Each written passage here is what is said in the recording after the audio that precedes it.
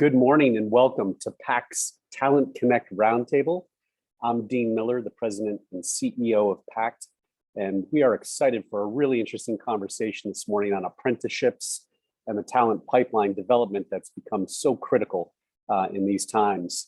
I first want to thank and recognize our sponsors of our Talent Connect Roundtable series that happens, as you know, throughout the year. And we're very grateful for Accenture, for Boomi, for Signiti, for Eisner-Amper, Juno, SCI, and Vanguard.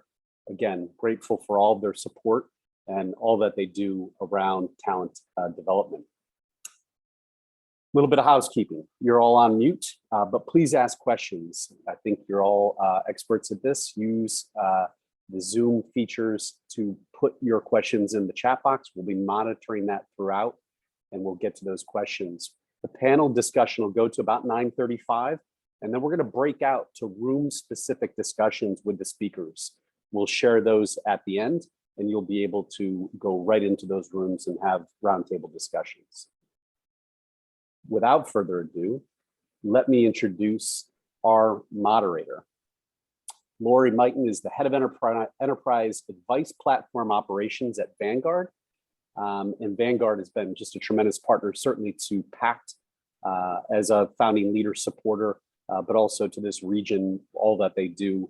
Obviously, you know them as a financial services powerhouse. What you might not know is they are a tech powerhouse and certainly have a lot to do on that front in terms of talent development.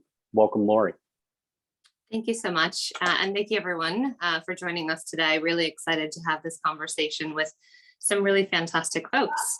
So like Dean said, my name is Laurie Martin. I do work at Vanguard. I've been there about 18 years working across the globe in our US, UK, and Australia offices. And I'm super passionate about talent. I do currently work in our IT division, and it's a challenge. And so I'm really excited to hear some thoughts and some expertise from the ladies that have joined us today. So I'm going to go ahead and start introducing them. So I will go to Brinda first. So Brinda, can you tell us a little bit about yourself? Sure. Good morning, everyone. And absolutely thrilled and excited to be part of this wonderful group of panelists today. I'm a technology delivery leader in Accenture's Cloud First team in the Northeast. Been with Accenture for 15 years now and been part of the Philly office. I support our clients in delivering large cloud complex platform implementation and transformation programs, truly helping us deliver on the promise of technology and human ingenuity. What brings me here is, again, my passion for people. And I really wanted to do something to give back to the community as well. And when I got this opportunity in 2019 to lead and set up Accenture's apprenticeship program at Philly and Berwyn location, it felt like that perfect thing where my passion intersects my work, and I quickly grabbed on that. So this is the additional role that I play in addition to my delivery role. On the personal side, I'm married and settled in Chester Springs with my spouse and two boys, aged 16 and 10. So once again, I would like to thank this group of sponsors, organizers, and PACT for this opportunity, and looking forward to a very good conversation, Laurie. Thank you so much. And thanks for bringing in the family side as well. I think many of us juggle the work-life balance. I also have two children, 17 and 14. And so that's always a fun aspect of life. So let's go ahead and introduce Sarah. Sarah, you with us? Hey there. Yes, thank you so much. Thank you, PACT, for asking me to be a part of this panel. I'm excited to be here.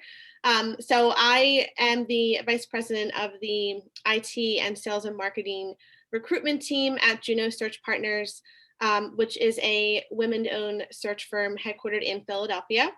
And so, you know, my role is really spending every day talking with clients who are really looking to fill, you know, critical roles within their IT, sales, and marketing organizations. And so very passionate about, you know, developing strong talent pipelines, ensuring that recruitment processes are efficient, and also, you know, really working to build a more diverse workforce.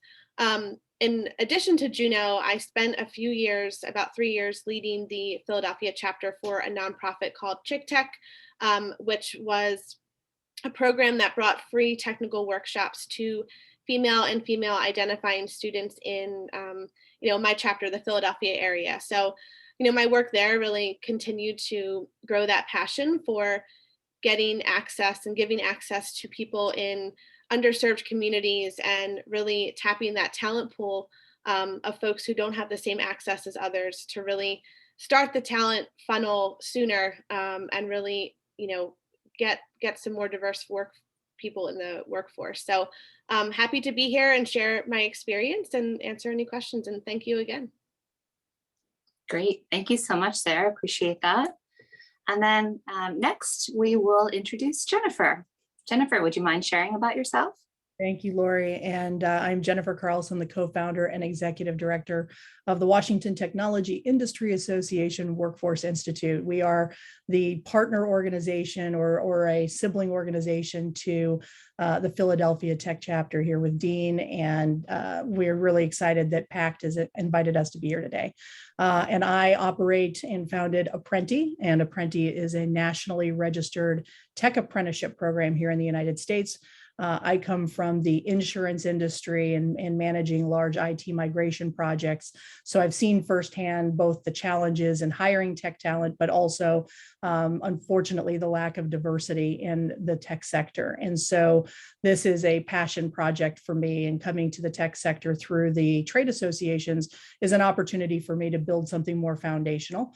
As the IT sector lead for the U.S. Department of Labor, our role is to functionally roll out apprenticeship for our sector across the United States and build a holistic ecosystem that allows the folks that we are building and investing into be portable across state lines as well as industries.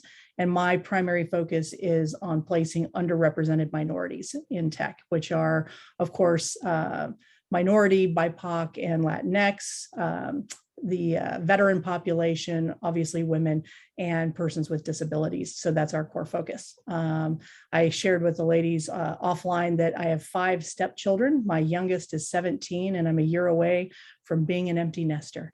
So thank you so much for having us here today. And we're really excited about this opportunity.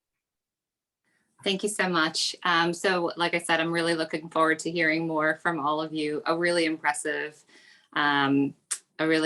group of women today. I'm going to go ahead and encourage all of you, if you've got questions, do submit them because we look forward to that. But I'm going to kick us off with some questions just to get us started. So the first one I'm actually going to pose to everyone, and then we'll go into, as you heard, folks have slightly different experiences that we can dive into. So first off, and this is for all 3 ladies, just to get your different perspectives coming from different approaches. So how are you approaching either building talent pipelines or apprenticeship programs in your organization? And so I heard a little bit about apprenticeship programs and then the importance of building that talent pipeline. So I might start us off first with Jennifer. Can you talk a little bit about, how you approach that within your organization? Well, for Apprenti, it's really it's an export for us. It's the talent pipeline that we're developing and working with companies broadly, and hopefully at some point, both Accenture and Vanguard, to help bring people in from these diverse populations. The first steps really are more internal to a company, and it's looking at culture and understanding some of the limitations that we've built artificial barriers around in the job descriptions, and talking about what roles truly have to have the college degree that we've put on everything and which roles don't. Most of the companies that we work with, which are many large names like Microsoft and Amazon, Wayfair, Procter & Gamble, Kroger Industries, if you look at those, they've very pragmatically looked at their job descriptions and found that 40% of the jobs have to have some sort of college degree or higher, but that left 60% of the jobs open. And for those 60%, many of them where we all feel the greatest pain are the middle skills jobs where we want that ideal 3 to 5 years of experience with the college degree. So this change and focus and allowing us to pull people in from non-traditional backgrounds and reskill them means that companies are looking at roles that are that we can port talent into differently than we would normally look at it. and differently meaning a hybrid of mentored work on the job combined with classroom training. And so going through those internal exercises of what roles are apprenticeable within your organization, really getting critical about what jobs have to have the degree and which jobs could be reskilled through an accelerated training model is kind of the first step for companies beyond looking at how do we culturally create inclusivity on our teams if people come in with different backgrounds. Great, thank you for that. And I loved hearing that how some of the perspective on how you're approaching talent differently, the educational aspect versus the on the job. So I think that's a little bit of how we're continuing to explore how do we really build up that pipeline of talent, right? So Brinda, you also run or are part of an apprentice program. So I'd love to hear your thoughts on this as well. Sure. Yeah. At Accenture, if you think about it, we are a talent-based company. So people are our only assets. And with this program, it has just widened the talent pool that we could get access to, especially with the era we are in, where there is talent wars and resignations going on. It's been very hard to fulfill a number of skills and demands. So apprenticeship we truly believe that apprenticeship has created that new career pathway for non-traditional hires and helped us reskill those who have been displaced or are likely to be disrupted by technology in the future. So the goal of our program from the start has been to lift those underserved groups and give them greater access to digital economy jobs, and thereby creating that pathway for the talented pool that is out there and give them an opportunity to work in the tech industry. So we launched this program way back in 2016, with just 5 apprentices, and ever since then it's grown and become over we have got now 1,200 plus apprentices who have been trained by the program and across 35 cities in North America. And if you look at the diversity ratio that we all see is very important, we have about 60% of our apprentices truly from the racially and ethnically diverse backgrounds. And 1 in 4 of them are from military, and 1 in 3 of them are from are women. So we have been very much looking at this as a core of our entry-level hiring strategy. And just this year, we also went a little aggressive in setting up targets, which we just announced recently in Jan, that 20% of our entry-level hiring will be through the apprenticeship program. And this is all by the end of fiscal year 2022, which means we are really increasing the apprentices by another 15% from what I have seen as a number last year. So overall, I would say that apprenticeship, as I said, we really believe in this. And when you're doing good and with leading responsible and purposeful change, it drives value. So the real upside is how it can make the world a better place for everyone. Well, I'm very inspired hearing both you and Jennifer talking about how much we could access a bit more of a diverse workforce using apprenticeship programs, which I've not had as much experience with. So I'm looking forward to learning more. Now, Sarah, I'd love to kind of pivot over to you. And I think, getting your perspective a little bit more on building a talent pipeline and less on the apprenticeship side, just to balance out a couple different approaches. Sure. So, yeah, I know internally at Juno, it's funny because our job is also very external, right? Helping our clients really build that talent pipeline and ensuring that they are, not just looking at the traditional methods of, recruiting either a recent grad or someone with experience, but really being more open to, this population of folks who might not have a college grad or experience, but they're committed and they're ready to develop their, themselves. But also internally at Juno, the recruiting industry has exploded the last year, and it's actually very hard to find experienced recruiters now too. So we're kind of having our own internal struggles now. What we're educating our clients on, we're having to educate ourselves on. And so we've actually had a lot of success with these mid-career change professionals.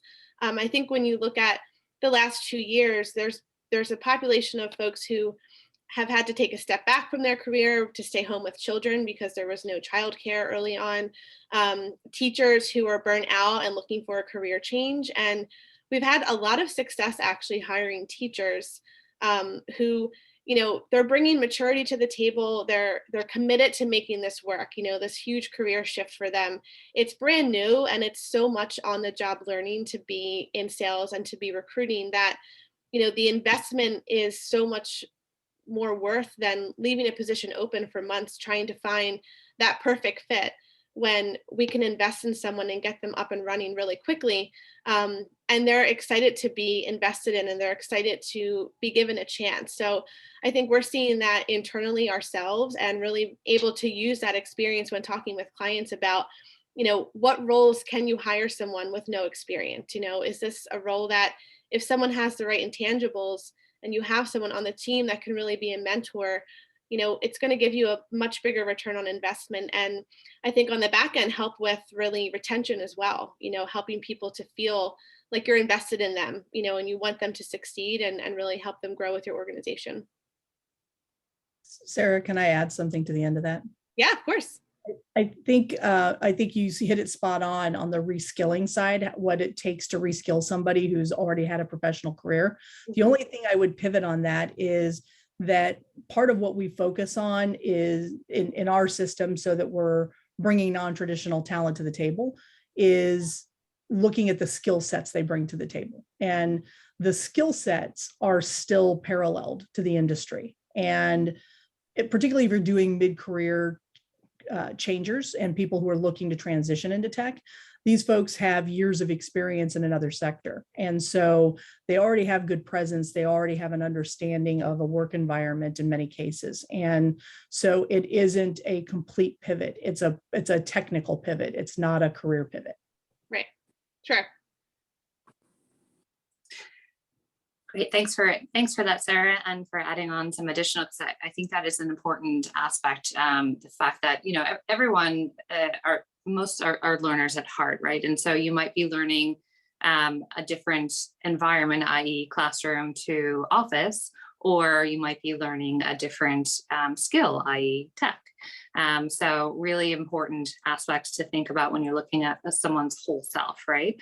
And I think that's what's interesting about what you all are kind of bringing to the table is, getting away from this, getting a little bit away from our tendency to want to look at resumes and see credentials, and really looking into the person themselves and the potential there. So that's quite exciting. So I might actually go into this just a little bit more.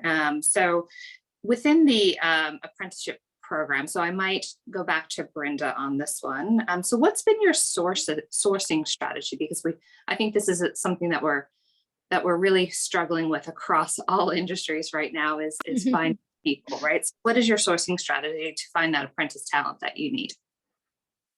Yeah, absolutely. And I think for any of these apprenticeship programs to be successful, you need to have those strong partnerships. And at Accenture, we follow a sourcing strategy which is made up of primarily 4 main channels. So we look at the educational institutions, which is the community colleges, the city colleges is one of our key sources. And we also look at non-profit organizations and for-profit organizations. So we have a number of these like Year Up, Empower, and several others that we actually look at. Especially for Philly, I think a number of our apprentices have come through the CCP, IT Works, and Year Up channel. And outside of this, we also look at direct sourcing. So we have also had through the military recruiting efforts from direct sourcing from the military recruiting as well as referrals. So we have leaned on to all different sources and created some strong partnership with the local educational institutions and all these nonprofit institutions to ensure that one, we have again, we have considerations when we take up anything like, when it comes to our sourcing strategy, because one, it has to really align to the mission and, the work and create those workforce opportunities for that diverse workforce that we are all talking about, breaking down the entry-level barriers for them and so on. So we look at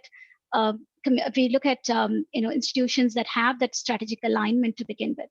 Then we look at areas in which we could help see if they can really meet our hiring goals. So we look at how their pipeline is, how their talent is, and then we make sure that they can meet our hiring pipeline goals. And then we look at candidates and ensure that they are also provided with certain on-demand skills and training and support. So that is also a consideration if there are partnerships, as we look at these partnerships. And then we look at making this whole thing a very key priority, and we focus on like cities and locations, which is an important aspect when you try to set up programs like this, to ensure that you go after the right type of demands and skills that's kind of suitable in the city. So it's a blend of multiple things, I would say, but predominantly our sourcing strategy has worked so far in having those local partnerships and strong partnerships that we have been able to build. Great. Thank you for that, Brinda. And again, I'll just re-emphasize, if you've got questions or if you've got some add-ons, feel free to pop those in the chat. So Jennifer, just again, keeping on this, lots of different ways that we can access talent in the world, really. So I'd love to hear some of the top three things, like what are the top things that a company should consider as they look at alternative talent tracks? So I think number one is something we've all kind of touched on in our own way, and that is competency over pedigree. Looking at how do we evaluate people on the skill sets they bring to the table and not on where they went to school or what their degree type is. Second would probably be what does it take on a critical level for somebody to be successful within your organization? And then when you're doing your interviews with candidates, you're not doing a traditional interview because these folks are not yet technically competent, or may only be very baseline technically competent if they've just come out of a boot camp. Mm-hmm. And so you need to interview them differently. And therefore you're looking at a combination of soft skills, generalized competencies, as well as maybe some whiteboarding depending on the skill level of the person coming in, which requires a very different methodology than the one we typically use when we're hiring straight tech folks from the industry, or as we would more often than not do, poach from each other and bring in the people with the ideal skill sets. And then I think beyond the people, it's creating an ecosystem or environment inside the company that is a mind shift towards training the individual. We're very good at consuming talent. We're not yet at a point where we're good at cultivating talent. And we are all here today because we're in a position where we're feeling that pain point. And many companies, particularly large companies, are at a point where they're ready to start making investment in training or reskilling. And the skilling that is needed is not the same level for an apprenticeship or the same kind that is needed on the college side. We are all very adept at taking college interns or bringing people in fresh out of college. We've built our entire 40-year ecosystem around how to bring those people on and skill them up to a level of productivity on the job. Apprentices come in looking a little different than your college grads. And so I call it two sides of the same coin, whereas the feedback that we get from Microsoft and Amazon is college grads come in very highly competent at how we got here, the theory and the operating structures that have gotten us here from a technology perspective. They need to be skilled up into the hands-on part. The apprentices are almost the pivot, the opposite. They are coming in after some really immersive classroom training where they've done a lot of hands-on and are maybe a little closer to hitting the ground running, but they don't have the theory.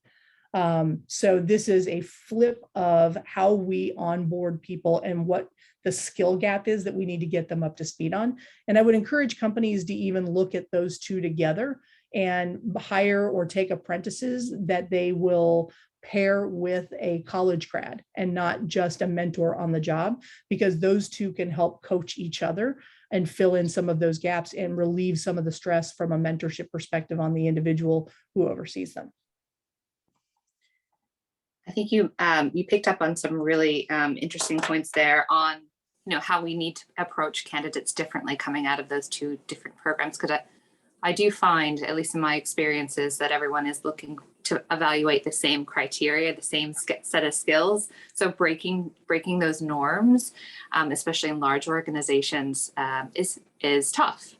So Sarah, maybe just pivoting into some of your experiences, both, it sounds like what you're going through now, trying to find recruiting talent, also with the companies that you help. How have you gone about, picking up on some of that, looking at people differently and getting openness within the organizations to really evaluate folks and cultivate talent differently?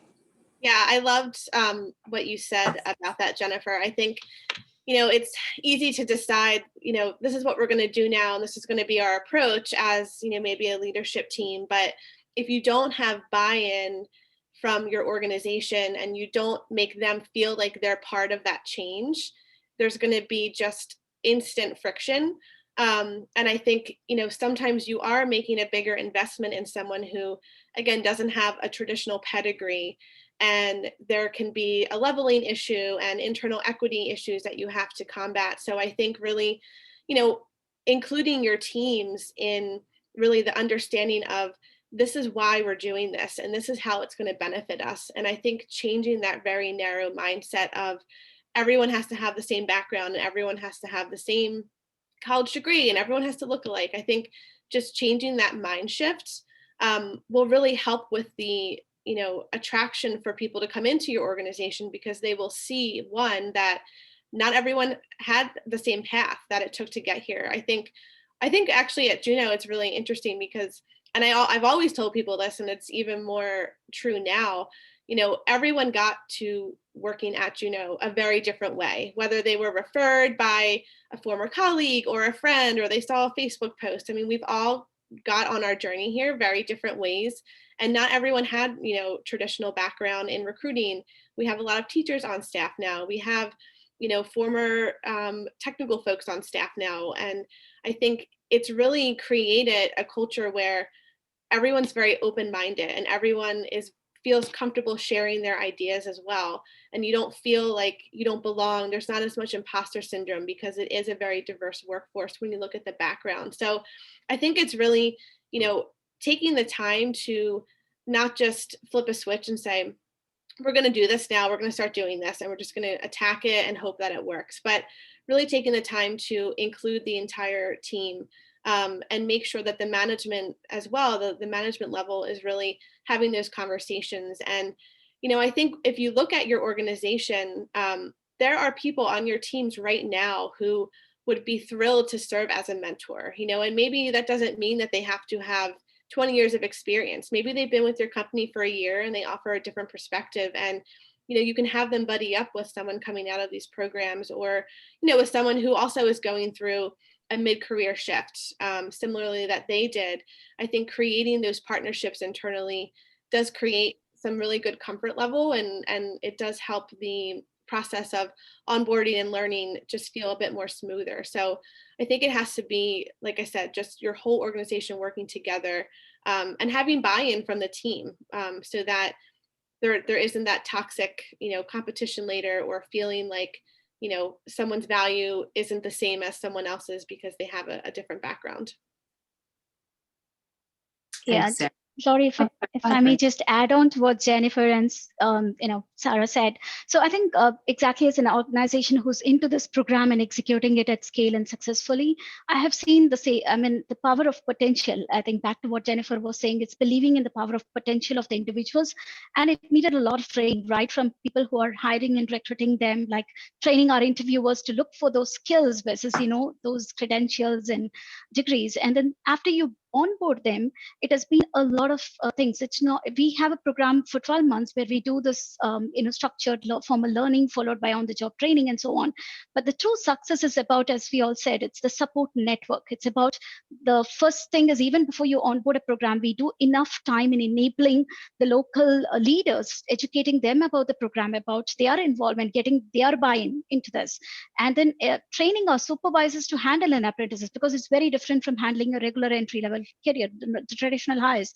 So it's been a lot of that coaching and mentoring from a supervisor, from a peer mentor level, and back to Jennifer's point, putting them and giving them access to multiple of them who may be like college grads or like others who are at the same level, and also giving them more touch points. It's multiple touch points than what you might regularly do for any other traditional hire. So all of that is very important for this program to be totally successful at the end.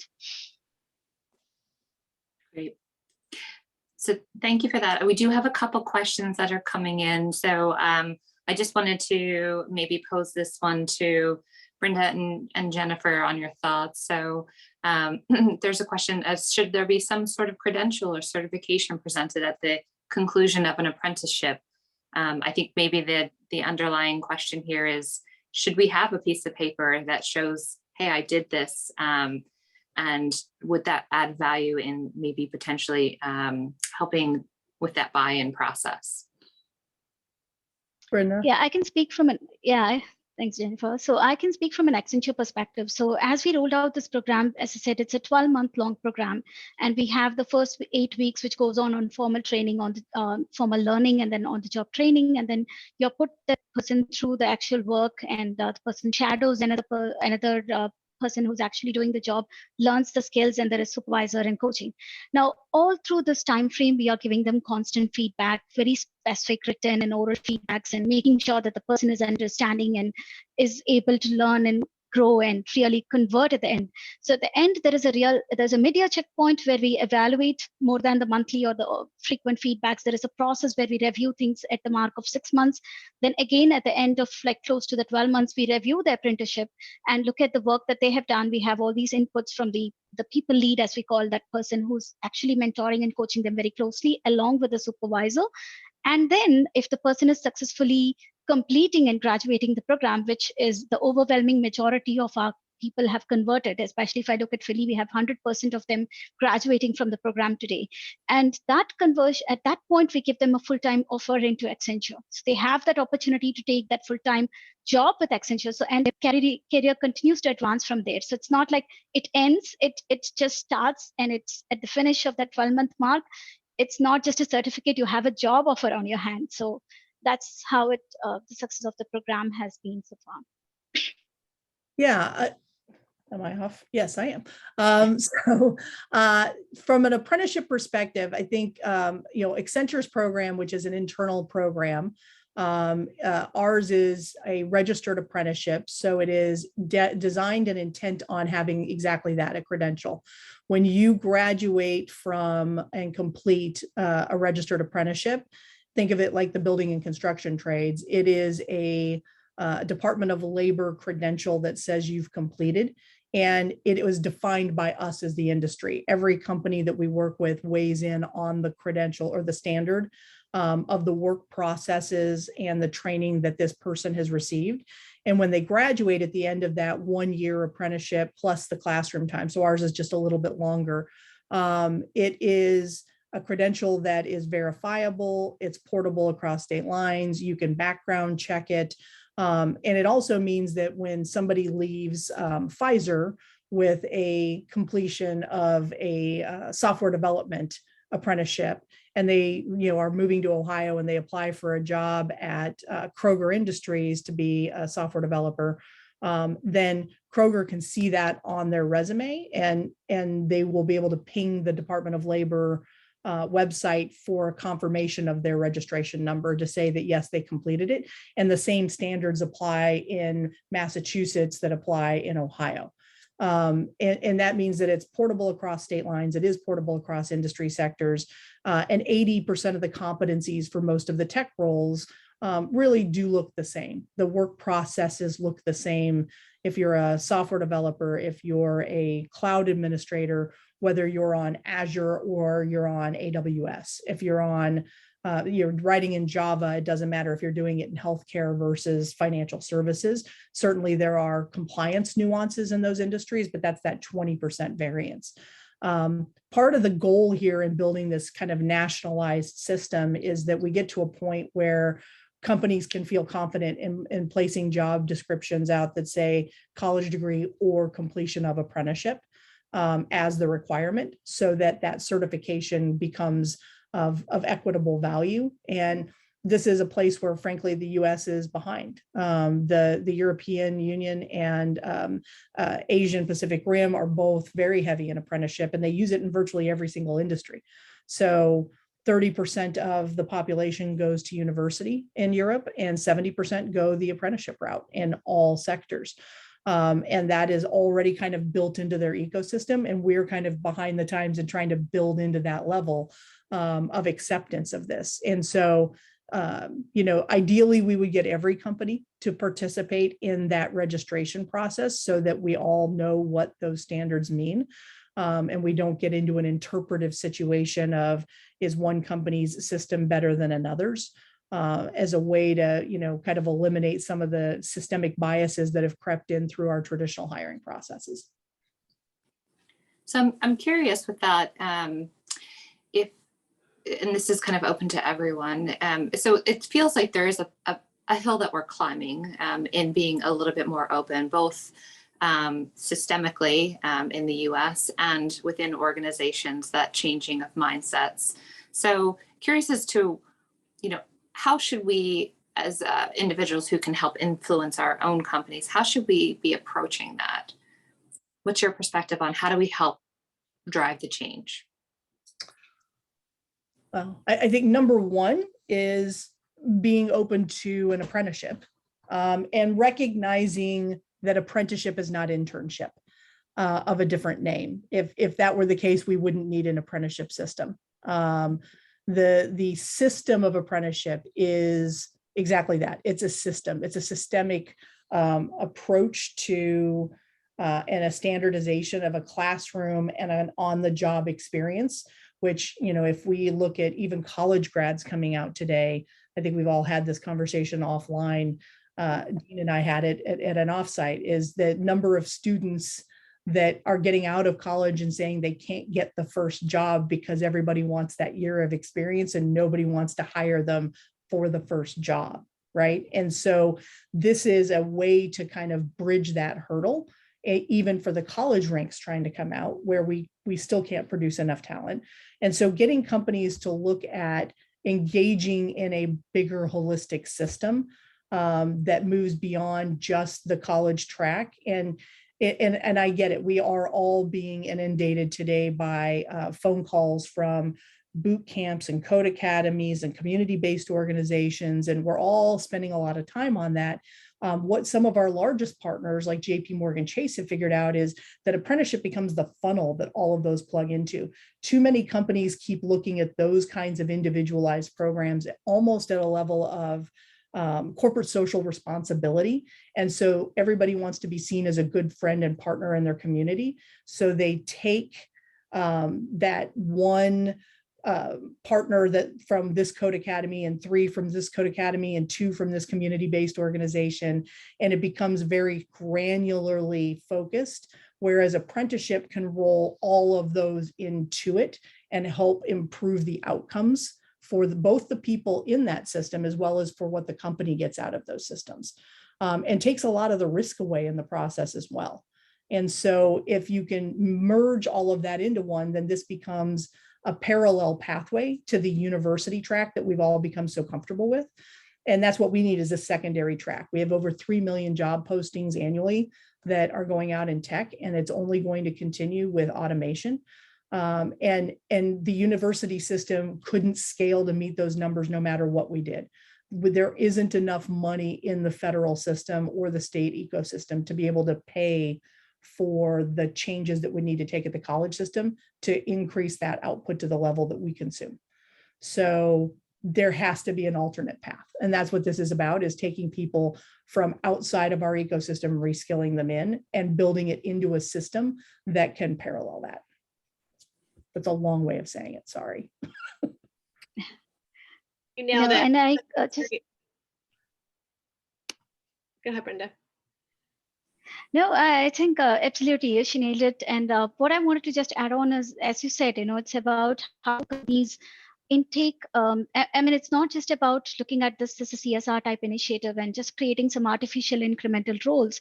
I think this is about looking at the whole thing from how do you sustain this, and for anything to be sustainable, it has to be tied to the business needs. Like what is the business need? What are those in-demand skills?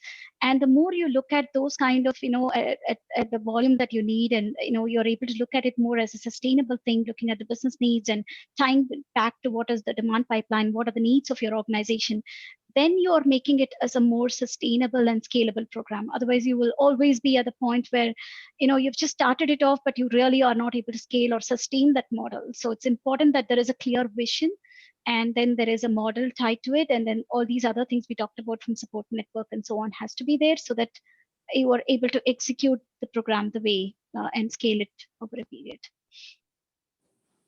Yeah, Laurie, I think you said it with your comment on I can't remember exactly the words that you said here, but basically this is a path that is a long-term, that we're behind that curve, right? That this is not something we can commit to today and test and pilot and wait for everybody else to go first for the next few years. We're 5 years into this process. Accenture is, Apprenti is, and it's going to take another 30 years for the ecosystem to mature to the level that the rest of the globe is at, because they started this 65, 70 years ago, building it slowly into their system. And so it's going to be a turn. We can do it faster, but it has to be a long-term strategic commitment for companies to engage in building this pipeline. I usually equate this to, we produce 85,000 college degrees a year at the computer science level in the United States, 4-year level, public and private combined. We as an industry consume 60 of 85,000 visas a year. There is absolutely no reason why apprenticeship shouldn't be the third leg on that stool, producing somewhere between 60 and 100,000 apprentices a year. And helping to close that talent gap as we wait for those other two to catch up in size and scope. So Sarah, just given your experiences, I'm curious as to what your perspective is on how quickly or not quickly this mindset shift could be adapted, or what challenges you see in that, because this is one aspect of continuing to build pipelines, right? Yeah, I mean, I think everything that Brinda and Jennifer just said, especially about, I think you said something about, partnering with these one-off organizations to check a box, right? Like, well, I hire someone from this group and I'm doing diversity work to build a diverse team, but it's more than just checking a box. You're not going to retain that person if there's not an inclusive culture and it's not a commitment that's ongoing.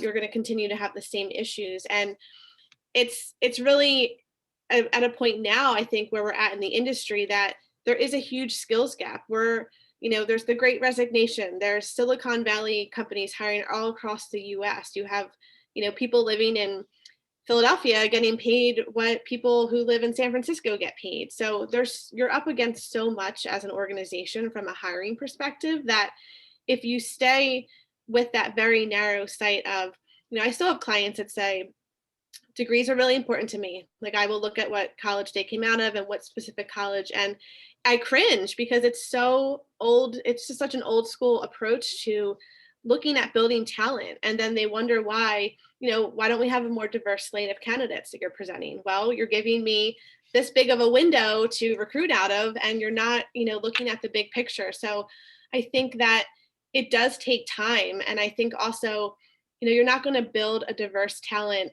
at the career level if you continue to look at, checking the same 3 boxes. Sometimes it starts at the high school level. And I think one thing that we really realized with Chick Tech was, there was this talent of females, and particularly when I brought the chapter to Philadelphia, many more students were coming out of those underserved communities. And it was truly just a matter of access. There was no access to free technical programming, even for, commuting purposes and getting to the actual workshop. We made it very easy for them to come with no out-of-pocket cost. And I think that it was eye-opening to see the talent that was there, but then to realize that many of them didn't have a plan of going to college. They weren't planning on going into a university. They weren't planning on going into a program. And on one hand, it was financially a burden. And on the other, they just didn't know what was out there for them.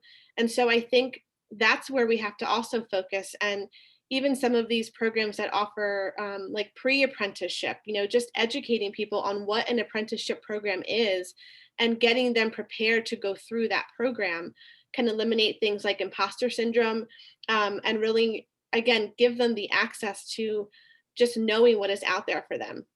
And I think from an organization standpoint, it can start small with, one thing we did was we would recruit workshop leads from local businesses. And like I said before, there were people in these organizations that were so moved by the program to be able to take all of their years of experience and realize, all of the work that they've put into their career and the privilege that they had to get to where they're at, and be able to give that back to someone who didn't have that same privilege. So I think it's just holistically looking at what can your company do now? Are you ready for a full-scale internal apprenticeship program? Can you partner with an external program like Jennifer runs, and make the commitment, commit to it and know that it's not going to happen overnight. But if we all take small steps together, it will happen much sooner. But if we're still, having these rigid views on how we're going to bring talent in, we're going to just be in this cycle, this constant cycle of we want more diverse teams, but we're not going to invest in anyone to get more diverse talent into the workforce. Brinda, I see you came off mute. Did you have something? Yeah, I just wanted to add one point there, and exactly what Sarah and Jennifer was sharing earlier. I think the key here is, while you're being, as an organization, say Accenture has been doing really good at its apprenticeship program, we also thought that there is that give back that you have to do, because there are others who may be thinking about it but struggling about to see how they start, where they start, what are those best practices. So couple of Accenture, along with partnership with the Aon, we have also started looking at how we expand that regional level apprenticeship network programs. So for Philly region, we started it in June of 2021, where we started this Philly Apprenticeship Network initiative. And this is about including more and more employers and creating that, helping them create their professional apprenticeship program based on all the best practices and lessons and everything that has been achieved through the successful model that clients like us have established. So it's there are also those programs that I would say any new organization thinking about it could take advantage of, so they get a jump start and to bring in apprentices into their workforces. So I might shift us just a little bit. We've got a little bit of time before we go into our breakouts. So we've talked a lot about how to bring folks in and the different paths that we can get them in the door. I think one of the challenges then is post, and I think maybe Jennifer, you brought this up earlier, that we're really bad at cultivating, right? So what do we do after we've got folks in have been through an apprentice program or have been through development programs? So I'd love to get some thoughts on best practices that we should really be thinking about in helping support and develop individuals as they're either changing careers or entering the workforce.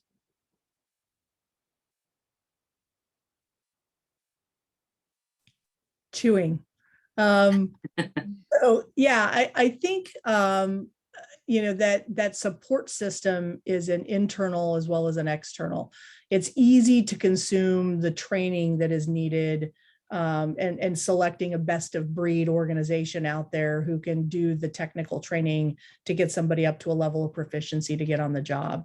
I think the muscle that companies have to get comfortable with building is more on the internal side of creating a network of mentorship and creating not just the ERGs that we know, particularly in large companies where people can partner and work together within a collective, but part of that, this cascading idea from the top down, I can't remember who stated something about that executive buy-in. Sarah, I think that was you. We work with a lot of enterprise companies, and when we place apprentices in multiple divisions within an enterprise, the experiences are so radically different. And it's because there's a disconnect in the executive sponsorship level of a change and the implementation level in the org. I can give a couple of really extreme examples, just one being a manager in one department taking apprentices and at the end of the apprenticeship term saying, okay, bye, glad I did what was required of me. And another, and saying that if they didn't have college degrees, he wasn't going to retain them. And another department saying, I don't care where they came from, these guys are rock stars, love them. And so we were able to distribute that other manager's apprentices elsewhere into the company. But that disconnect of the messaging around, no, the intent is train to retain. We're building the talent. We're making an investment here for a reason. It is that is that disconnect between corporate social responsibility versus building a talent ecosystem. And a second one that I would give is the executive sponsorship of, we want diversity, we want to look at this differently, we're willing to build new ecosystems, but the actual work product falling to the recruiters and the recruiter metrics inside of a large company not changing. It's about how many people on the throughput, how many people took the interviews, how many offers extended, and there's no edict or retraining and reskilling internally for how to look at talent differently, how to interview differently, how to screen differently for skill sets instead of resumes. And that disconnect, there's sort of that perpetual definition of insanity, continuing to do the same thing, expecting the different outcome.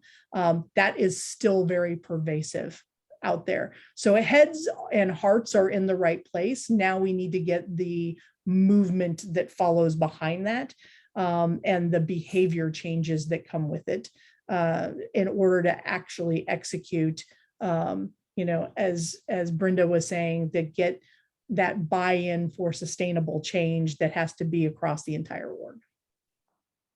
Well said. Brinda, Sarah, perspectives on that? Yeah, so I think from our own experience of executing, as I said, the mentorship is a very key element for this program and for the apprenticeship to really continue through the journey and then at the end graduate and successfully retain and continue. So for us, the framework that we laid out is more even before, as I said, an apprenticeship is brought into the projects. And the way we do it is when we bring on apprentices, we try to put them in cohorts, like a couple of them put them together so they always get those joint sessions. They have a peer to work with who's also probably parallelly going through the same journey, and we encourage that more. And again, what we do is add additional frameworks like of a coach who's continuously checking in with this person to make sure that they have those constant discussions and feedbacks, and there is that coaching going on all through the program. And in addition, we also talked about peer mentorship a lot, and we believe in that framework. So we always assign not just a supervisor and this coach, we also have a peer mentor who's always that safe buddy for them to interact with and learn from. So all of that is definitely a very important piece to getting this whole program successful at the end. And as we talked about, this is a viable talent strategy. There is a clear business outcome, right? And if you look at it, we are clearly strengthening our bottom end of the pyramid, which is typically the high attrition. And if you really work on this journey for the apprentice, then you've created that motivated workforce who are going to be there with you, more loyal and more longer with the company.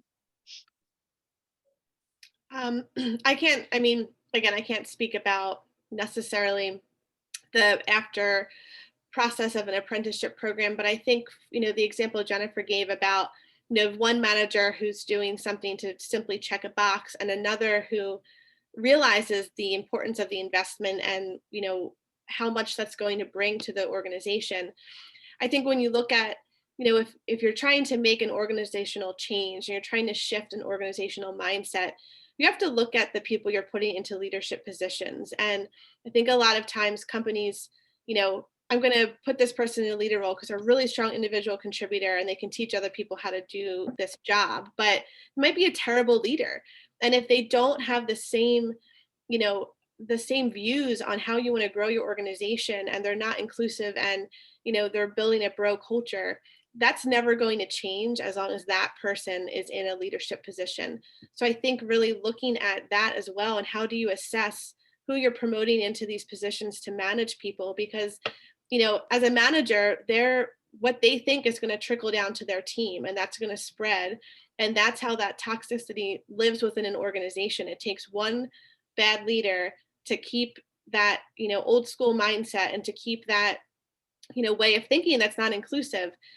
It won't go away if you're keeping that person there. Definitely seen that in action over the years. So I think that's a critical component of just looking at the organization as well, because it is natural. Like, hey, that person's really great at their job. They could teach lots of other people. And so, but not everyone has that same people passion, which is, I think, a really critical skill set if you are a leader. So great points there. We did have a question pop up in the chat as well. So it looks like, can you address the levels of compensation during an apprenticeship? And so this potentially would be for Jennifer and Brinda with your programs. Is compensation different? How do you approach that? At Accenture, we have an earn come learn program. So typically the apprentices work 40 hours a week. And as there is that investment on their training and so on, they also get roles that are approximately in the range of 38 to 42K in terms of salary. And of course, every company can start in different ways, but we do pay them as wages, and during the period of apprenticeship, and all the way through, they continue to get those wages and the pay through the 12 months. And at the end of which they get a full-time offer with Accenture, and they pick up a role, and the salaries are then, to the level of any other person in Accenture joining it with that level of entry-level experience. So it's an earn come learn program. So we do pay them. The compensation is there as they work through the program at 40 hours per week. Yeah, registered apprenticeship is it's an earn and learn model. So you are in a federally protected wage class in a registered apprenticeship, and therefore the apprentice accepts earning a lower wage while they're growing into the role.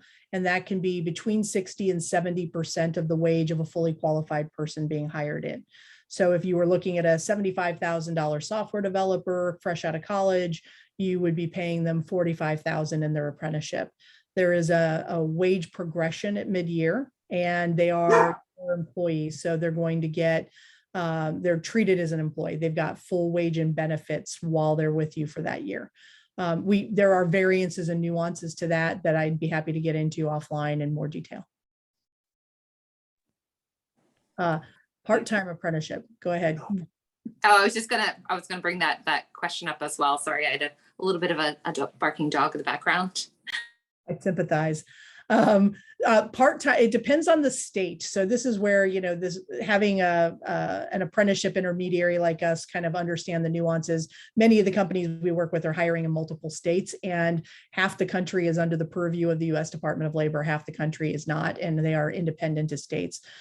So there are several states that do not allow for part-time to be considered registered apprenticeship, that it must be 40 hours a week. In Pennsylvania, there are some nuances around wages while they're in the classroom training before they get to job. Wisconsin has that nuance as well. So there are little things that we can help to kind of smooth out for the purpose of adoption with a company and help you work through from an HR perspective. And it just really depends on the state. Fantastic, thanks for that. I would imagine you see a lot of different, I was wondering how your program would work with companies, because you would see so many different kinds of compensation bands. So that's helpful.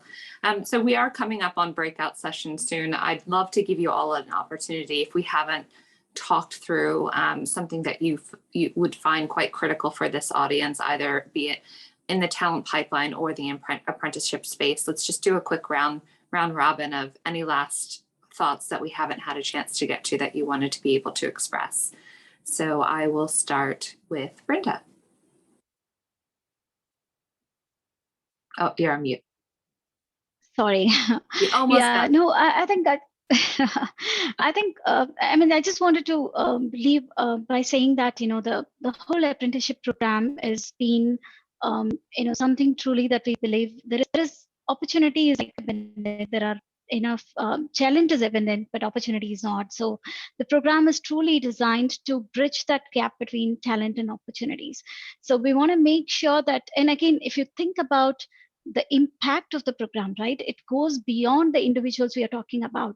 It is truly in the lives, in their lives, in giving their families a totally sustainable, family careers. Because a number of times when these apprentices have graduated from their program, and I go to announce to let them know that congratulations, you've graduated, and now that we are all virtual, I literally just share them their new compensation and so on.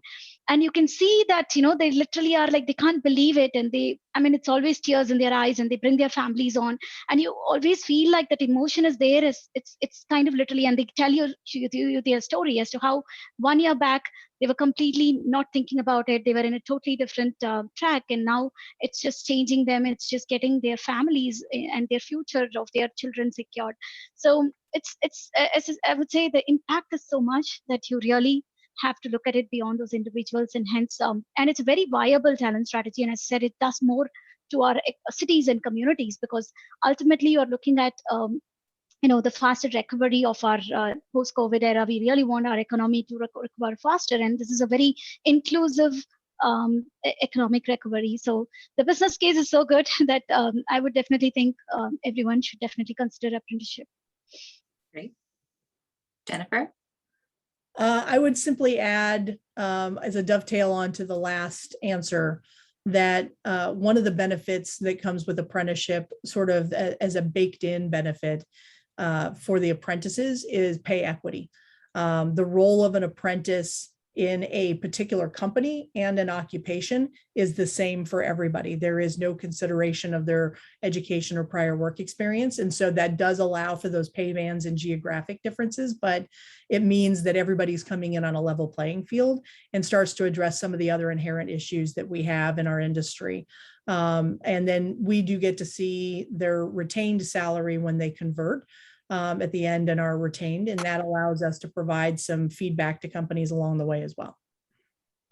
Great. Sarah?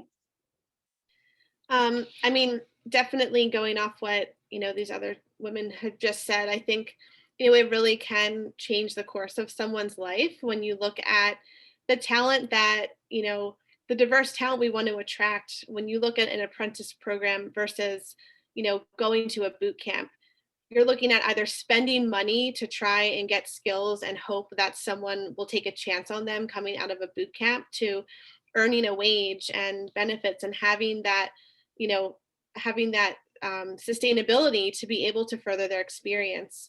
So it just changes the course so much, and I think can really, again, that's where we need to start looking at when we talk about building diverse pools. It's fixing these issues that are making it harder for people to get experience, and looking at an apprenticeship program can really solve that. I think as an outsider looking in, that's really what I would see as the biggest buy-in. Well, thank you so much, ladies. I learned a lot today. I didn't have as much exposure to apprentice programs in particular, so I'm looking forward to potentially pinging you and learning more in the future. So I appreciate the time. We also have 3 breakout sessions that I wanted to share with everyone. So Sarah will be leading our Tackling the Recruiting Challenge. Brinda will be leading our Apprentice Best Practices, and Jennifer will be leading Building a Talent Pipeline. I believe that the breakouts will be facilitated shortly. So again, I just wanted to say a big thank you, and I hope you all enjoy the breakout sessions.